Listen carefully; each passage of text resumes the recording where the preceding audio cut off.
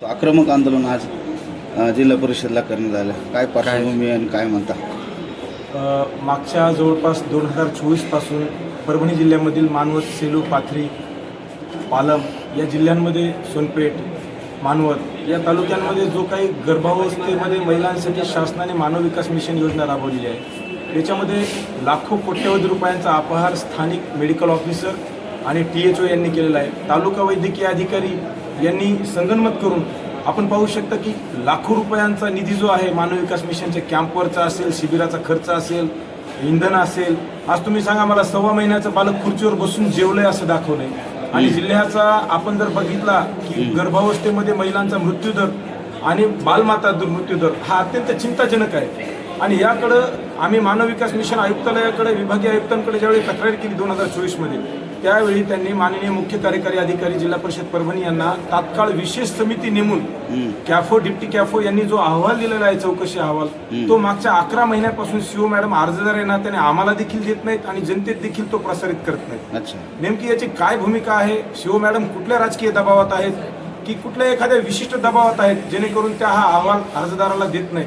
त्यासाठी आम्ही वेळोवेळी आंदोलनं केली, मोर्चे केले. संबंधित प्रकरणामध्ये शेकडो महिलांचा मृत्यू झालेला आहे. मानव विकास मिशनवर वैद्यकीय अधिकाऱ्यांनी कोट्यवधी रुपयांचा अपहार घडून आणलेला आहे.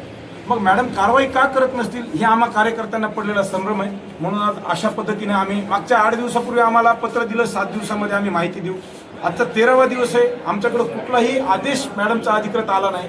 या उलट मॅडमकडे गेला असता उडवाउडवीची उत्तर मिळतात. म्हणून आज आम्ही अशा पद्धतीने अनोखं अन्नत्याग उपोषण माननीय मुख्य कार्यकारी अधिकारी जिल्हा परिषद परभणी यांच्या कार्यालयासमोर बसलेलो आहोत. मी आणि माझा सहकारी मानवतचा तालुका अध्यक्ष अंकुश झोडपे देखील माझ्यासोबत आहे. आम्हाला इथून अहवाल मिळेपर्यंत, चौकशी अहवाल मिळेपर्यंत आम्ही इथून उठणार नाही, जेणेकरून माझ्या जिल्ह्यातील हजारो शेकडो गरीब कुटुंबातील महिलांना न्याय मिळावा, मृत्यू पश्चात त्या बालकांना व महिलांना न्याय मिळावा अशी प्रामाणिक इच्छा घेऊन आज आम्ही मुख्य कार्यकारी अधिकारी जिल्हा परिषद परभणी यांच्या समोर बसलो. आपण भ्रष्टाचाराचे देखील आरोप केलेले त्याच्यामध्ये पूर्णपणे, आणि इतक्या मोठ्या सगळ्या प्रमाणात आपण कागदपत्रांची हे केलेली आहे, तरी सुद्धा जर होत नसेल तर मग याला काय म्हणा? प्रशासनाची हलगर्जीपणा म्हणा, काय म्हणा? आपण पाथरी, मानवत, सेलू, पालम, सोनपेठ, परभणी या तालुक्यांची अवस्था जर पाहिली,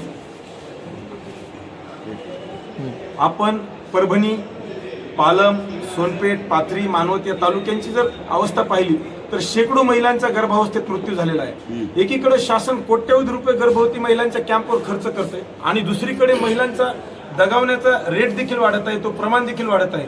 मग त्यावेळेला मुख्य कार्यकारी अधिकारी जिल्हा परिषद परभणी हे काय करत आहेत, माननीय जिल्हा आरोग्य अधिकारी काय करत आहेत? हा जो संभ्रम निर्माण झालेला आहे, ज्याने की वैद्यकीय प्रशासनाची देखील प्रशासनात बदनामी होत आहे जनमानसात आणि भ्रष्टाचार देखील होत आहे. या दोन्ही गोष्टी थांबाव्या म्हणून आम्ही आग्रही आहोत. याचा अर्थ आरोग्य सेवेवर पूर्णपणे दुर्लक्ष होत आहे आणि हेळसांड रुग्णांची सुद्धा होत आहे. 100% निश्चित. आपण पाहू शकता, आज आपण जर महिलांच्या रुग्णालयामध्ये गेलात, महिलांचं प्रसूती रुग्णालय आहे, तिथं जर पाहिलं तुम्ही तर ग्रामीण भागातून महिला रेफर होऊन इथं येतात आणि इथं सांगितलं जातं की तिच्या मृत्यूचं कारण हे आहे, ते आहे. मग ही लोक एवढं शासनाचा एवढा कोट्यवधी रुपये निधी खर्च होतो, तो जातो कुठं? हा प्रश्न आम्हाला सर्वसामान्य कार्यकर्त्यांना पडलेला आहे. अधिकाऱ्यांची आणि यांची कुणाचं जरब नाही राहिलेली मग वैद्यकीय अधिकाऱ्यांनी यावर, या सर्व निधीवर माननीय मुख्य कार्यकारी अधिकारी जिल्हा परिषद परभणी यांचं नियंत्रण असतं. यांचे मार्फतच तो निधी वितरित केला जातो. परंतु माननीय मुख्य कार्यकारी अधिकारी जिल्हा परिषद परभणी यांच्यावर नेमकं काय दबाव आहे की ते या भ्रष्ट अधिकाऱ्यांवर कारवाई करण्यासाठी थांबत आहेत? हा पडलेला आम्हाला प्रमुख प्रश्न आहे. म्हणून आम्ही आज आंदोलन करीत आहोत. आता आपली भेट झाली, काय म्हणल्या मॅडम? मॅडम म्हणले आम्ही तुम्हाला तात्काळ अहवाल उपलब्ध करून देऊ. आम्ही त्यांना विचारणा केली, काल आम्ही आलो होतो भेटीसाठी, आपण आम्हाला अहवाल का नाही दिला? तर त्या म्हणल्या त्यावेळी मला अहवाल सापडत नव्हता. आज त्यांना सापडलाय बहुतेक, त्यामुळे आम्ही तो अहवाल घेईपर्यंत इथून हलणार नाही.